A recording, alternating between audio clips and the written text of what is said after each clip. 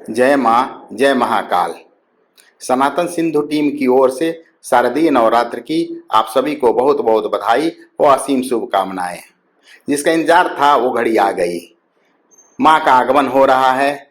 शक्ति की अधिष्ठात्री माँ दुर्गा पधार रही हैं, स्वर्गलोक से धरती पर आ रही हैं इसी नवरात्र में।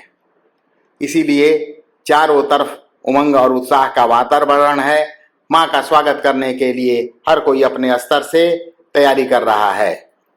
इसीलिए सनातन सिंधु टीम इस वीडियो के जरिए शारदीय नवरात्र से जुड़ी हर जानकारी आप तक उपलब्ध कराने जा रही है। माँ दुर्गा इस बार रविवार 15 अक्टूबर को पधार रही हैं धरती लोक पर। उसी दिन यह नवरात्रि प्रारंभ हो रही है। इस बार 9 दिनों तक नवरात्रि चलेगी। पूरे 9 दिनों तक कोई तिथि क्षय नहीं हो रही है। इसीलिए माँ के अलग अलग रूपों की पूजा हर दिन होगी। तो चलिए अब आप हमको बताते हैं कि माँ इस बार किस वाहन पर सवार होकर आ रही हैं। वैसे तो हम सभी जानते हैं कि माँ की सवारी, माँ का वाहन शेर होता है, सिंह, उसी पर सवार होकर के माँ गमन करती हैं। लेकिन जब वो पृथ्वी पर आती हैं नवरात्र के मौके पर, तो हर साल हर उनका वाहन बदल जाता है। कारण जानते हैं आप? कारण इसका यह है कि माँ के वाहन का निर्धारण दिन के हिसाब से होता है। जिस दिन नवरात्रि प्रारंभ होती है उस दिन के हिसाब से वाहन तय होता है कि किस वाहन पर माँ आएंगी। यदि नवरात्रि रविवार या सोमवार को प्रारंभ होती है तो माँ की सवारी हाथी हो जाती है। माँ हाथी पर सवार होकर आती हैं। इस बार भी माँ हाथी पर आ रही हैं। इसका प्रतिफल यह होता है कि सुख, शांति और समृद्धि आती है। माँ का हाथी पर आना शुभ माना जाता है। इस साल तो 30 वर्षों के बाद महासंयोग बन रहा है नवरात्रि पर माँ के आने के समय। इसीलिए इस बार ज्यादा उत्साह, उमंग और श्रद्धा के साथ माँ का स्वागत करने के लिए चौतरफा तैयारी की जा रही है। हम आपको बता रहे थे माँ के वाहन के बारे में।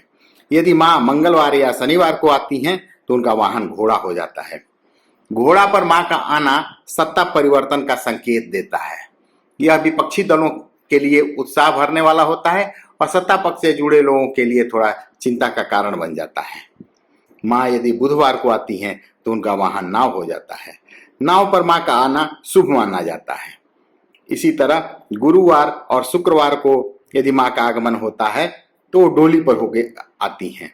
डोली पर माँ के आने से असर यह होता है कि थोड़ा जनहानि की आशंका बढ़ जाती है, रक्तपात वगैरह की भी स्थिति बन सकती है। इसीलिए माँ के वाहन के अनुसार उसके असर पर भी ध्यान दिया जाता है, गौर किया जाता है। अब सवाल उठता है कि माँ का गमन कैसे होता, माँ प्रस्थान किस वाहन से करती हैं। नवरात्रि की समाप्ति के बाद माँ जब स्वर्ग लोक में प्रस्थान करती हैं तो उनका वाहन बदल जाता है। यदि माँ रविवार या सोमवार को प्रस्थान करती हैं तो भैंसे पर सवार होकर के जाती हैं। माँ का भैंसे पर सवार होकर जाना शोक और रोग का द्योतक है, यानी बीमारियों की आशंका बढ़ जाती है। कुछ ऐसी घटनाएं होती हैं जिससे शोक का वातावरण बन सकता है। इसीलिए भैंसा पर जाना माँ का बहुत शुभ नहीं माना जाता है। यदि मंगलवार और शनिवार को माँ जाती हैं तो उनका वाहन मुर्गा होता है। मुर्गा पर जाना भी दुख और कष्ट का संकेत देता है। यदि माँ बुधवार और शुक्रवार को जाती हैं तो हाथी पर चढ़कर जाती हैं। हाथी पर जाना शुभ माना जाता है, हालांकि अतिवृष्टि का भी संकेत होता है यह। यदि माँ गुरुवार को जाती हैं तो मनुष्य पर सवार होकर जाती हैं, जिसका फल शुभ ही शुभ होता है। तो आज के वीडियो में इतना ही।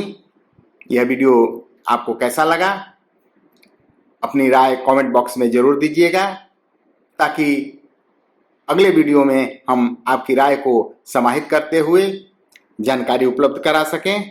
हाँ, एक निवेदन और है, यदि वीडियो पसंद आए होगा तो लाइक जरूर कीजिएगा, और लाइक कीजिएगा तो सब्सक्राइब भी कर दीजिएगा।